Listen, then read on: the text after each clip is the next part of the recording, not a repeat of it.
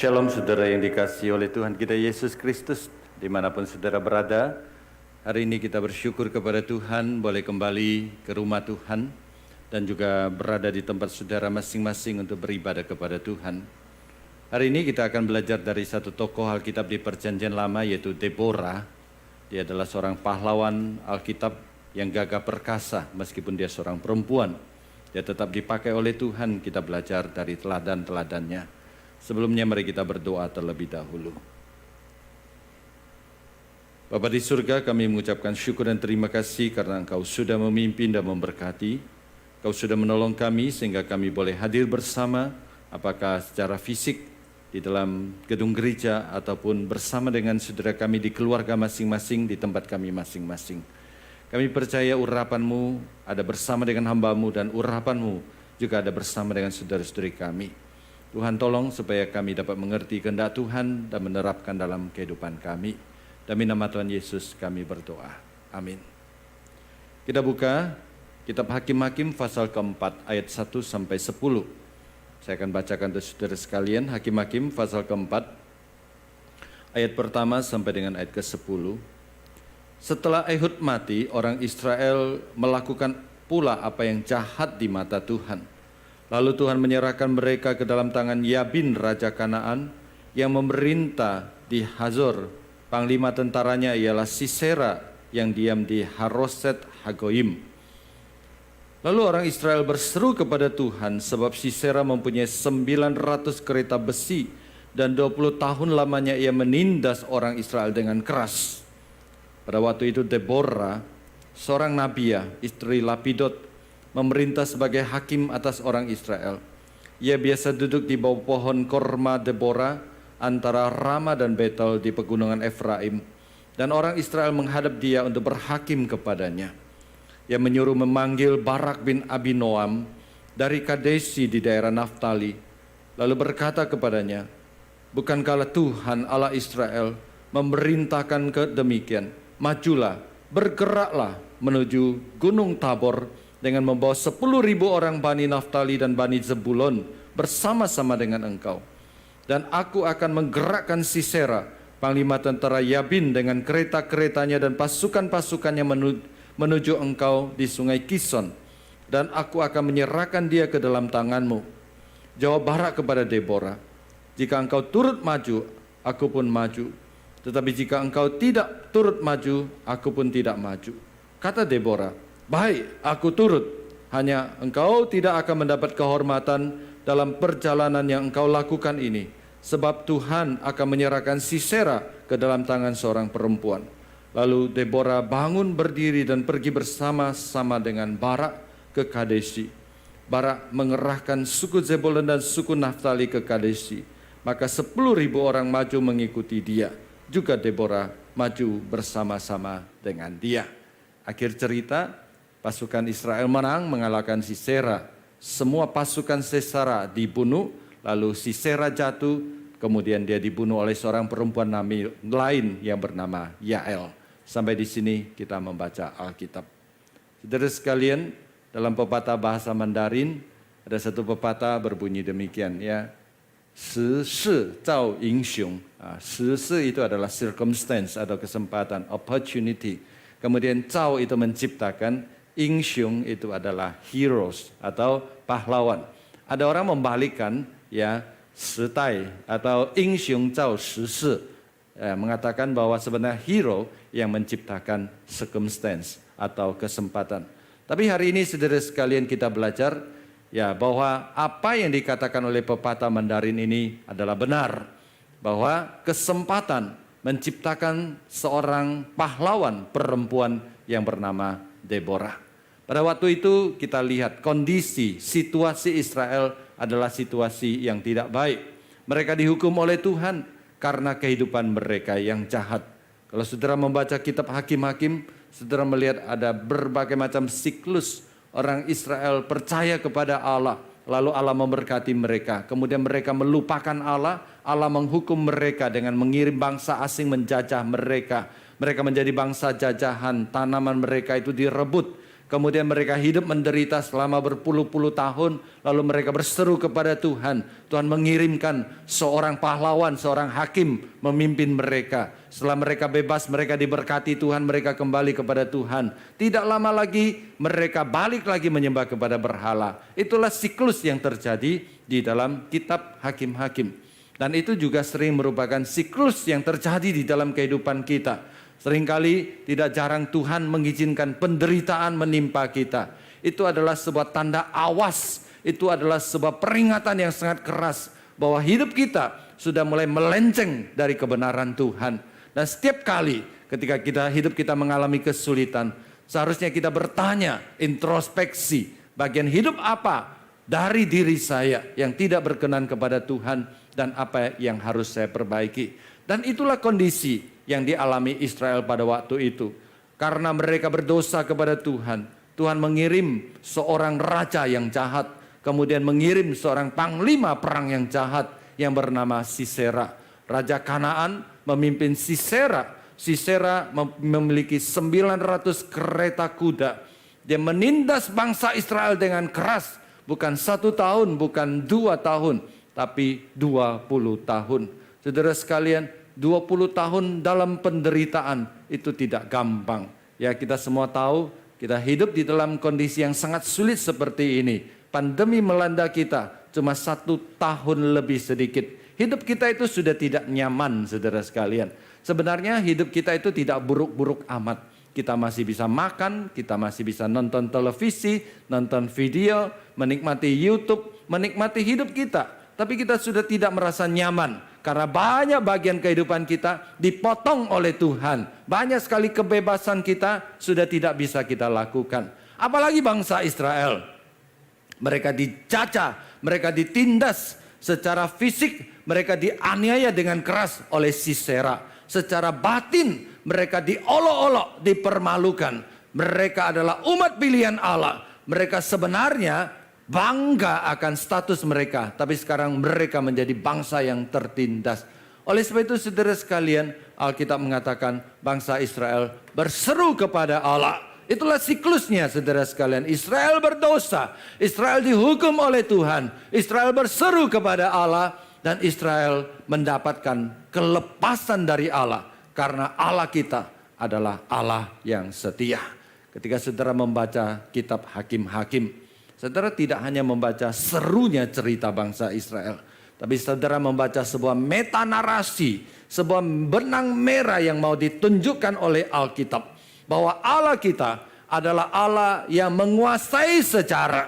Secara boleh terus berganti. Orang boleh hidup, boleh mati, boleh sukses, boleh gagal. Tapi yang berkuasa di atas itu adalah Allah kita. Yang kedua, metanarasi yang Allah ingin ajarkan kepada kita. Bahwa Allah kita adalah Allah yang peduli kepada umatnya. Allah yang setia kepada perjanjiannya. Meskipun bangsa Israel tidak setia, bangsa Israel melupakan Tuhan. Setiap kali bangsa Israel merendahkan hati, berlutut di hadapan Tuhan, mengakui kesalahannya, Allah di dalam kesetiaannya mengampuni bangsa Israel, kemudian mengirimkan kelepasan kepada bangsa Israel.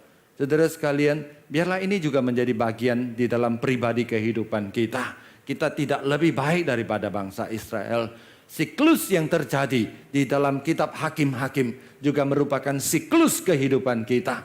Ada kalanya kita naik, ada kalanya kita turun. Ketika kita naik, seringkali kita melupakan Tuhan. Dan Tuhan mengirimkan duri-duri di dalam kehidupan kita. Pukulan-pukulan yang berat di dalam kehidupan kita. Dan setiap kali ketika kita merasa hidup kita jauh dari Tuhan, tidak berkenan kepada Tuhan, saat itulah seharusnya kita berseru kepada Tuhan. Tuhan di dalam kesetiaannya akan mengampuni dan melepaskan kita. Saudara sekalian, dalam kondisi seperti itulah Deborah lahir, Deborah hidup, Deborah dipanggil, Deborah dipakai oleh Tuhan. Saudara sekalian, mengapa Deborah menjadi pahlawan? Itu pertanyaan yang lebih penting. Apa yang membuat Deborah menjadi seorang pahlawan? Ada 2 rahasia. Yang pertama, ia memahami kehendak Allah. Ia adalah seorang nabiah dan seorang hakim. Saudara sekalian, dalam perjanjian lama, Tuhan tidak sembarang memakai orang. Tuhan menetapkan orang. Tuhan kemudian memperlengkapi orang itu. Kemudian Tuhan memakai orang itu untuk memerintah, untuk menjadi wakil Tuhan di antara bangsa Israel. Pada waktu itu Yosua sudah lewat, Musa sudah lewat. Tuhan tidak menurunkan satu pemimpin yang baru di tengah mereka, yang memiliki wibawa dan kuasa sebesar Musa dan sebesar Yosua.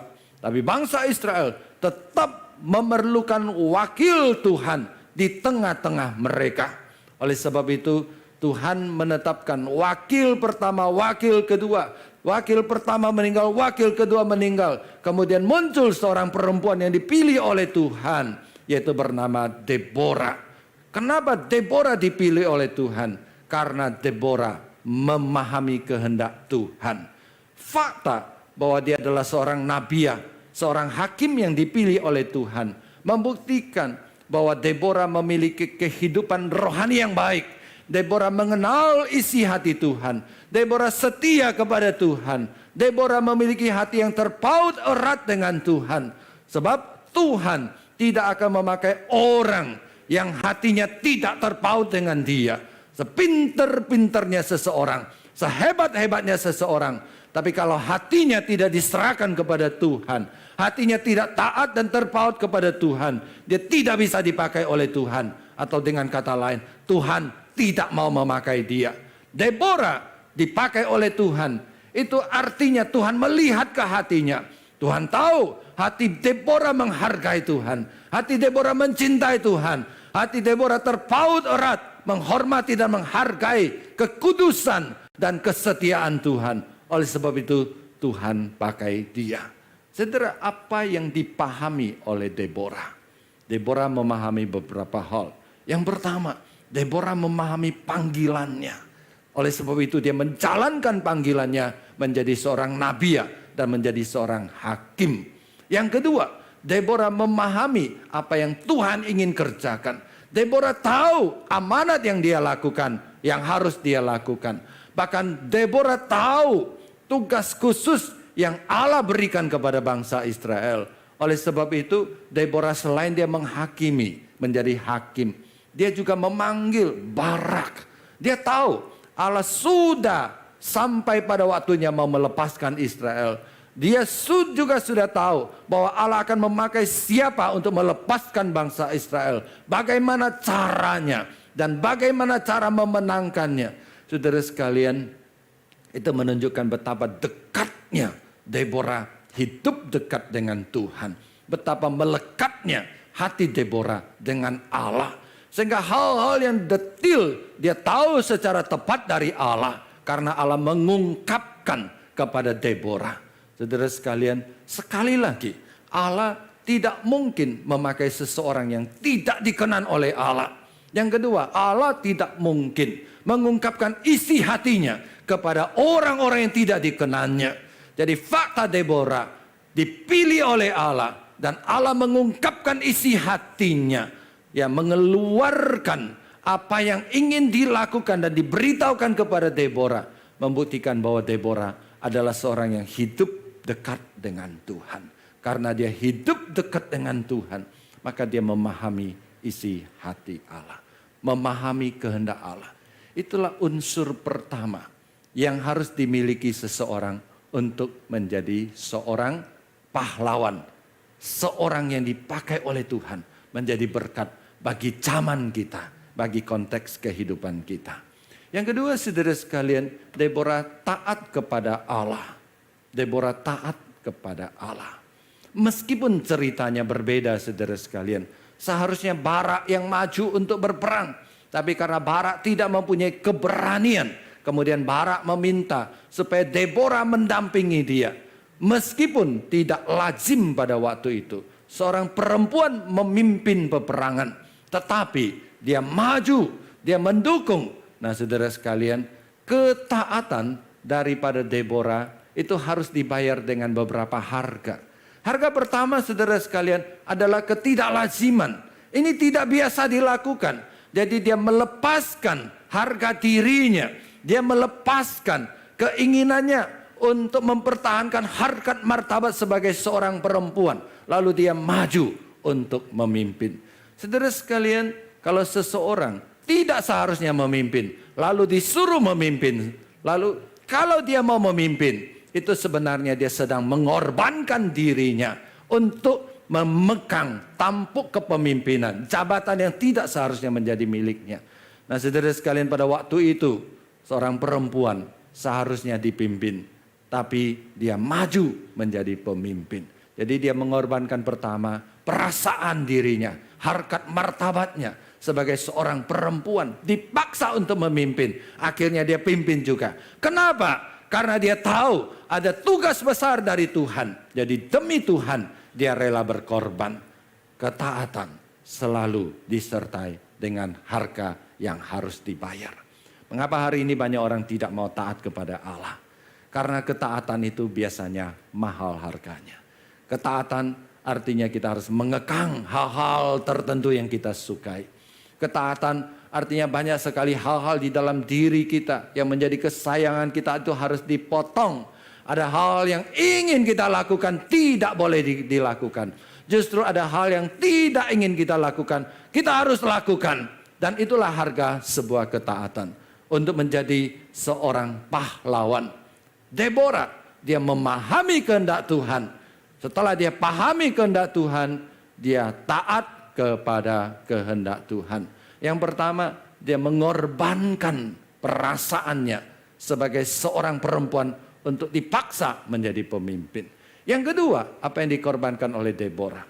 Deborah kalau dia maju berperang, maka itu berarti dia sudah siap mempersembahkan nyawanya untuk Tuhan. Saudara sekalian, kalau mau berperang, ya harus siap mengorbankan diri. Ya, nggak ada tentara mengatakan saya mau tanda tangan jadi tentara asal ada jaminan bahwa saya tidak akan mati dibunuh di perang. Nggak ada, saudara sekalian ya. Kalau orang mau main di sungai, maka kemungkinan besar dia akan kena basah. Kalau ada orang mau main di tengah hujan, maka kemungkinan besar adalah dia akan kena basah. Seperti itulah resikonya. Apakah Deborah tidak tahu? Kalau dia maju berperang, dia akan mati dibunuh. Dia tahu, saudara sekalian.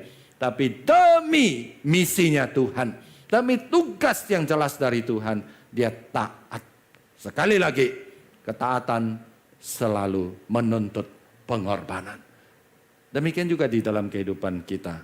Saudara, coba kita refleksi. Mengapa seringkali kita tidak taat kepada firman Tuhan? Kita tidak taat untuk melayani Tuhan. Kita tidak taat kepada proyek yang Tuhan titipkan di dalam hati kita. Seringkali itu terpaut terkait dengan ketidakrelaan kita untuk melepaskan hal-hal tertentu yang kita sayangi, yang harus kita buang kalau kita taat kepada Tuhan. Dan hal-hal tertentu yang harus kita pikul, yang menjadi beban kita, yang tidak kita sukai karena kita taat kepada itu. Jadi ada hal yang dikurangi, justru itu yang kita sayang. Ada hal yang ditambahkan, justru itu yang kita tidak suka. Tapi itulah sebuah ketaatan. Saudara sekalian, sebuah refleksi bagi kita. Memahami dan mentaati kehendak Tuhan. Itulah syarat bagi kita untuk menjadi pahlawan di dalam kehidupan kita di tengah zaman ini. Ada 3 jenis orang di dalam kehidupan. Yang pertama, dia paham tapi dia tidak taat. Yang kedua, dia taat tapi dia tidak paham. Yang ketiga, dia paham dan dia taat. Itulah Deborah. Dan itulah doa saya untuk saudara-saudari yang mendengar firman Tuhan hari ini. Saudara, ada orang paham kehendak Tuhan tapi dia tidak pernah taat. Dia adalah ibarat seorang tukang panah, pemanah. Yang punya panah yang luar biasa canggih. Dan dia menguasai panah yang luar biasa. Teknik panahnya bagus, tepat. Tetapi dia tidak pernah memanahkan anak panahnya. Anak panahnya hanya jadi pajangan. Ilmu memanahnya hanya menjadi pengetahuan. Dia tidak pernah memegang busurnya. Dia tidak pernah menarik anak panahnya. dan dia tidak pernah melepaskan anak panahnya. Tapi anak panahnya, busurnya itu terbuat dari bahan yang paling bagus dan pengetahuannya, keahliannya adalah nomor satu. Ini percuma saudara sekalian. Hari ini banyak orang mengerti firman Tuhan. Berbicara tentang doktrin, berbicara tentang teori, berbicara tentang teologi. Luar biasa, hebat sekali. Tapi tidak pernah memiliki kesaksian di dalam kehidupannya. Tidak pernah menghasilkan buah yang nyata di dalam pelayanan, di dalam kehidupannya. Karena dia hanya belajar firman Tuhan, doktrin, teori, teologi untuk memuaskan pemahamannya. Yang kedua, banyak orang taat melakukan pelayanan, aktif tapi tidak paham. Ini juga berbahaya.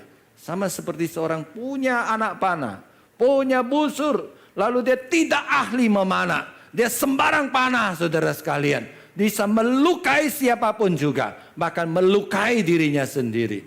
Saudara, saya hargai banyak orang suka melayani. Banyak orang waktu baru percaya kepada Tuhan berkobar-kobar mau melayani ini, melayani itu. Tapi bahayanya kalau dia tidak dididik dengan pengetahuan doktrin teologi yang benar. Tidak dididik dengan motivasi pengalaman yang cukup. Berbahaya saudara sekalian. Orang-orang seperti ini bisa melukai orang lain. Bisa melukai orang yang dia layani. Bisa juga cepat putus asa, cepat menyerah. Saudara sekalian, kita perlu jadi jenis orang ketiga. Kita tidak hanya mengisi otak kita, tapi kita juga mengisi hati kita. Kita mengisi tangan kita. Sehingga ketika kita memiliki skill, memiliki pengetahuan, hati kita juga berkobar-kobar untuk melayani Tuhan.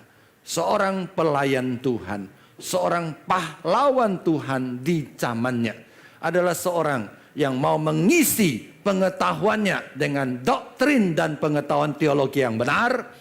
Dan seorang yang mau mengisi hatinya dengan api pelayanan Tuhan yang benar. Yang terus membakar semangat pelayanannya. Yang mau mempersembahkan tangan, kaki dan seluruh tubuhnya untuk dipakai oleh Tuhan. Itulah Deborah. Dia hidup dekat dengan Tuhan. Dia mengerti isi hati Tuhan. Kemudian dia taat kepada kehendak Tuhan. Meskipun dia harus mengorbankan harga dirinya. Dan dia harus mengorbankan nyawanya. Dia sudah siap saudara sekalian. Saudara, kembali kepada kita. Hari ini kita ingin menjadi pahlawan pada zaman ini. Saudara, kita tahu seperti saya katakan di atas, COVID-19 sudah melanda kita hampir 1,5 tahun. Ya, 1,5 tahun lewat sedikit. Orang itu hidup sudah tidak nyaman, tidak. Hidup itu terasa sumpek saudara sekalian. Ya. Sumpek dalam arti sungguhan, kemana-mana sumpek karena dipakai masker saudara. Awalnya 1 masker, sekarang 2 masker, itu makin sumpek ya. Apalagi kalau khotbah di depan, sumpek saudara sekalian ya. Habis khotbah kalau pakai masker apalagi 2 lapis bisa KO saya, habis nafas. Hidup sumpek, hidup itu tidak nyaman. Tapi saudara pernah bertanya tidak? Mengapa saya diizinkan Tuhan lahir pada zaman ini? Dan mengapa saya diizinkan oleh Tuhan untuk mengalami COVID-19 yang berkepanjangan ini. Seorang yang tidak cinta Tuhan, seorang yang tidak mengerti statusnya, dia mungkin akan mempertanyakan kebaikan Tuhan. Dia mungkin akan bersungut-sungut dan mengomel terhadap segala kesulitan yang dia hadapi. Tapi seorang yang memiliki hati yang siap menjadi pahlawan zaman ini, maka dia tahu bahwa tidak kebetulan Allah menempatkan saudara dan saya di zaman ini. Tidak kebetulan Allah menempatkan saudara dan saya di masyarakat di tempat ini, di kota di tempat ini, di dalam struktur kehidupan seperti ini. Oleh sebab itu saudara sekalian, 2 hal yang kita pelajari. Pertama, kita memahami kehendak Tuhan dan kita memahami kondisi zaman ini. Deborah memahami zamannya. Deborah memahami kehendak Tuhan. Dan Deborah taat kepada kehendak Tuhan. Saudara, hidup hari ini dipenuhi dengan ketidakpastian. Studi tidak pasti. Ya, banyak orang mau menikah pun tidak pasti, saudara sekalian. Mau punya anak tidak pasti, saudara ya. Bekerja tidak pasti. Bahkan tidak jarang orang berpikir hidup pun tidak pasti. Apalagi ketika bulan Juli, bulan Agustus kemarin, saudara sekalian. Wah, kita di hamba Tuhan di gereja itu tiap hari ya dapat laporan, saudara sekalian. Ya, sempat saya berpikir kalau ini terus-menerus akan jadi apa kehidupan.